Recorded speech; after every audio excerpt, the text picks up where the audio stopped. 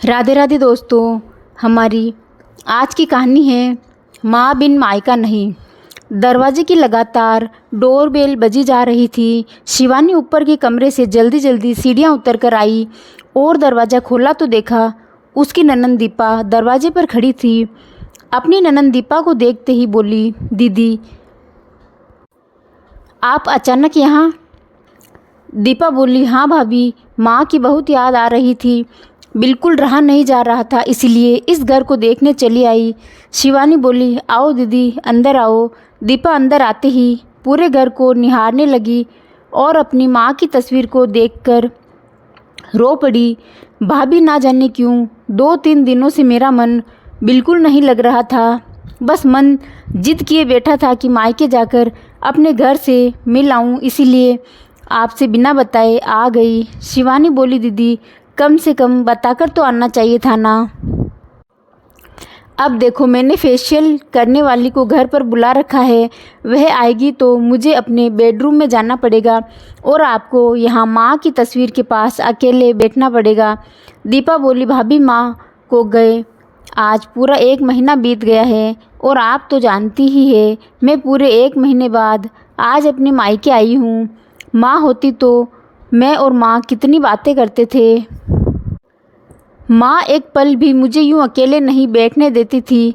शिवानी बोली, दीदी ये बात तो भला मुझसे बेहतर कौन जान सकता है कि आप और माँ कितनी बातें करते थे। अब जानने वालों को तो भला कौन रोक सकता है।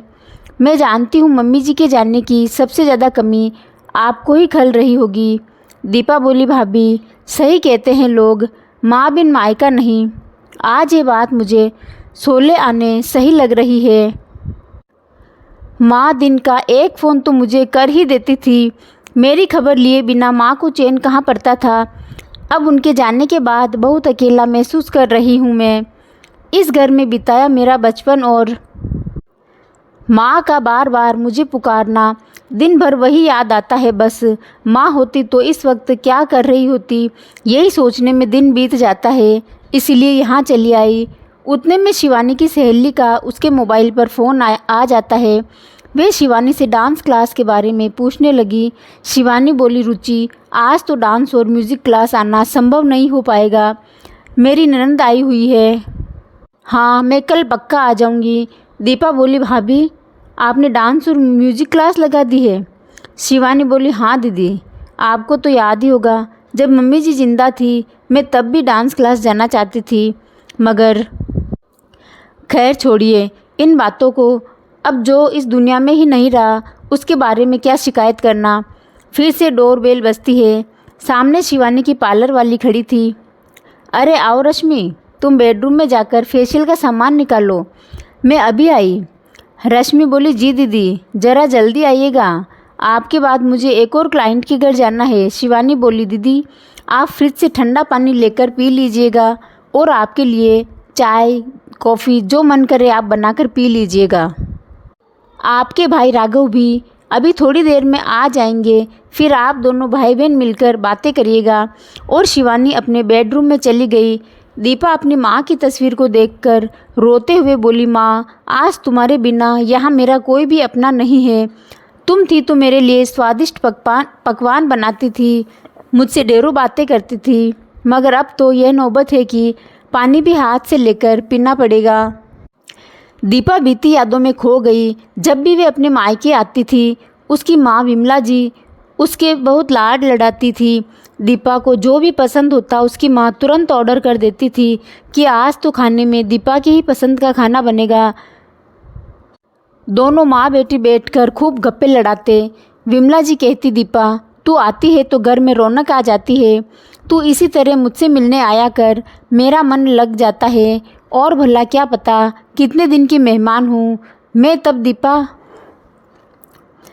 दीपा अपनी माँ को डांट लगा कर कहती है, खबरदार माँ, जो अगली बार ऐसी बात कही। पिताजी तो छोड़कर चले गए, अब तुम्हारा ही तो सहारा है। यदि तुम भी भगवान को प्यारी हो गई तो मेरा क्या होगा। आखिर इस घर में तुम्हें देख कर ही तो आती हूँ मैं, और है ही कौन मेरा। भाभी थोड़ी मुझे तुम्हारी तरह लाड लड़ाएगी, भाभी थोड़ी चाहेगी कि मैं अपने मायके आकर रहूं। एक माँ का दिल होता है जो अपनी बेटी के लिए धड़कता है। बाकी तो भाई भाभी सारे बस यूं ही नाटक की दिखावा करते हैं। किसी को मुझसे कोई लगाव नहीं है, अच्छी तरीके से जानती हूँ। बस तुम्हारा मुंह देखकर ही दौड़ी चली आती हूँ। विमला जी भी बेटी की बातों में हाँ मिलाते हुए कहते हैं, हाँ बेटा, घर की बहू से क्या उम्मीद करना, इन्हें तो बस अपने मायके से लगाव होता है। इनके मायके का कोई भी इंसान घर में आ जाए तो बहुत खुश हो जाती है, मगर उसी की बजाय उसकी ननद या ससुराल का कोई इंसान आ जाए तो इनकी भौहें तनी हो जाती है। मैं हूँ इतने दिन, तू भी खूब मज़े कर ले।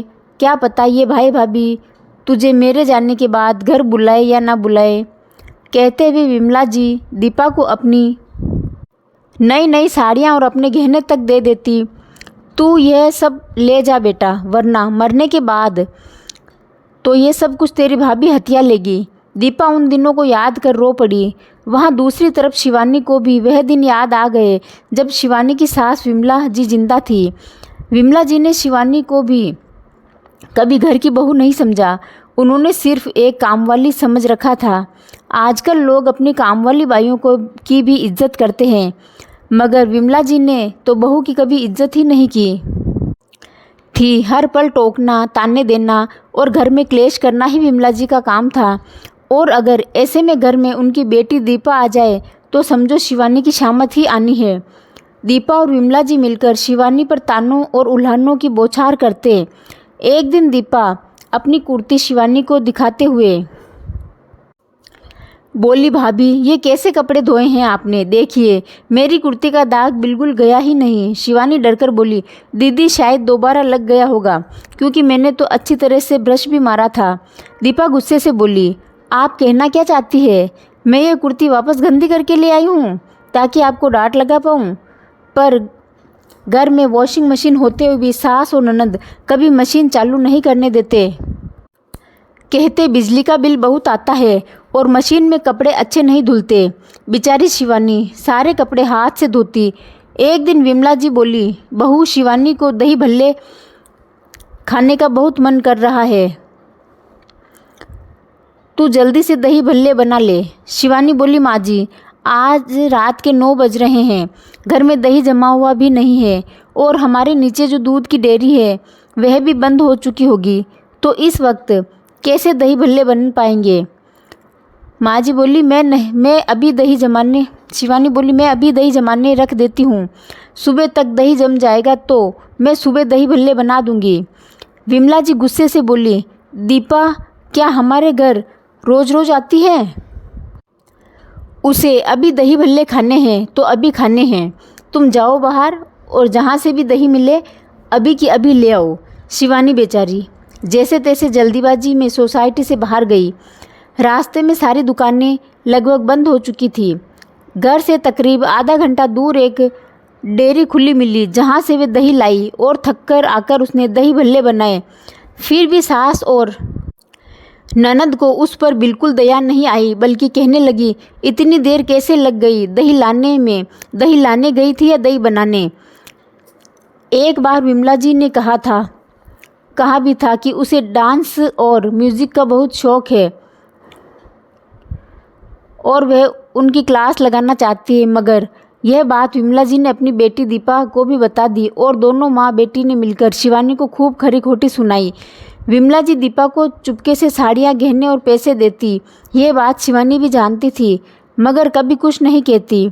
जब राघव को पता चला कि माँ दीपा को चुपके से ये सारी चीज़ें देती है, तो बल्कि राघव ने इस बात का विरोध करते हुए कहा कि माँ दीपा इस घर की बेटी है, तुम उसे हमारे सामने चीज़ें दो, कभी हमने तुम्हें रोका थोड़ी है। उस बात पर भी विमला जी भड़कते हुए बोली थी, हाँ जानती हूँ, तुम दोनों सिर्फ मेरा मन रखने ऊपर से ये बात बोलते हो, वरना कौन नहीं चाहेगा कि जो भी मेरा है वे तुम दोनों को मिले।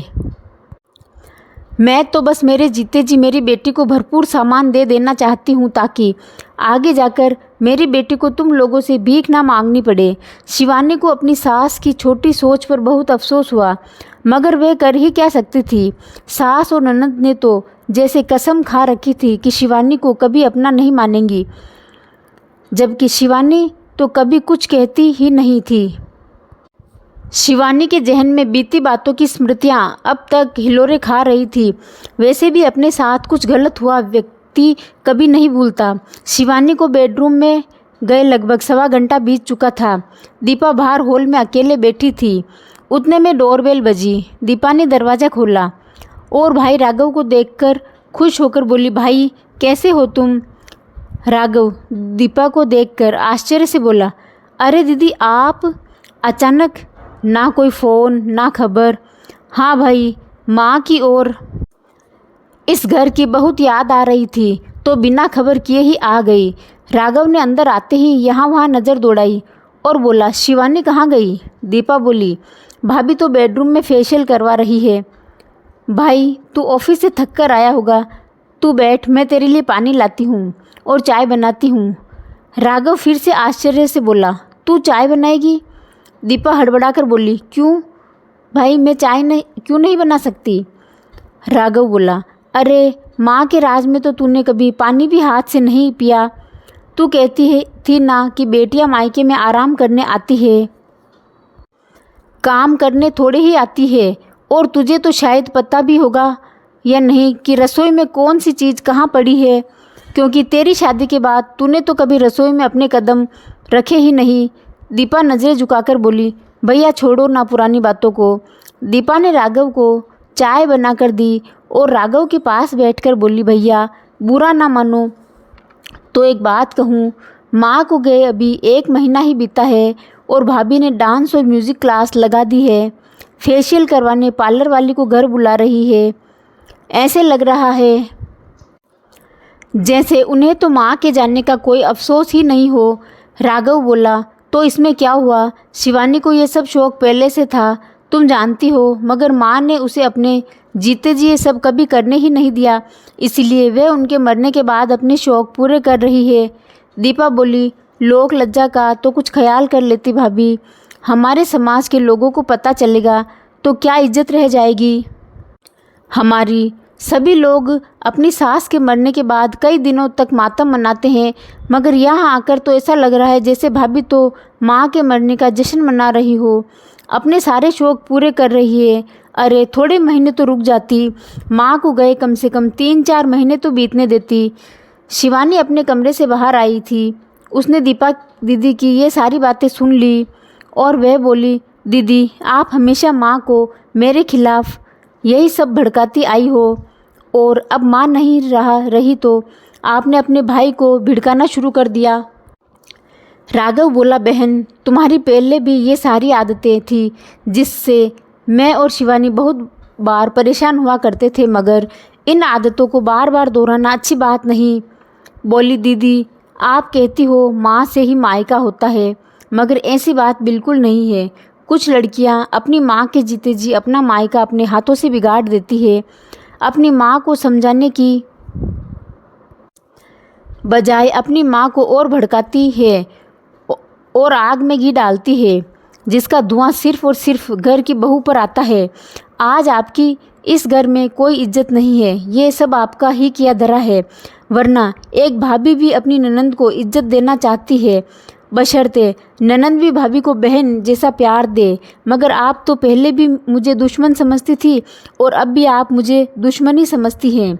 मुझे लगा था माँ के जाने के बाद आप सुधर जाएंगी, मगर जिस तरह हाथी के दांत खाने के अलग होते हैं और दिखाने के अलग, वैसे ही आपका भी स्वभाव है। हो सके तो आपका स्वभाव बदलिए दीदी, उससे पहले कि बहुत देर हो जाए।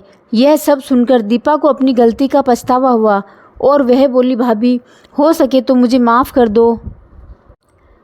मैं भी किसी घर की बहू हूँ, मगर एक बहू का दर्द मैं नहीं समझ पाई। दोस्तों, कुछ लड़कियाँ अपनी माँ के जीते जी ही अपना मायका ख़राब कर देती है और बड़ी आसानी से कहती है माँ बिन मायका नहीं, मगर यह वह भूल जाती है कि यदि वे भाभी को अपनी बहन समान प्यार दे तो भाभी भी उनको ननद वाला प्यार देती है और सम्मान देगी, क्योंकि हर इंसान बदले में वही चीज़ वापस देता है जो उसे मिलती है। तो दोस्तों आपको ये कहानी कैसी लगी कमेंट बॉक्स में बताएं और इस कहानी को लाइक शेयर और सब्सक्राइब ज़रूर करें। धन्यवाद।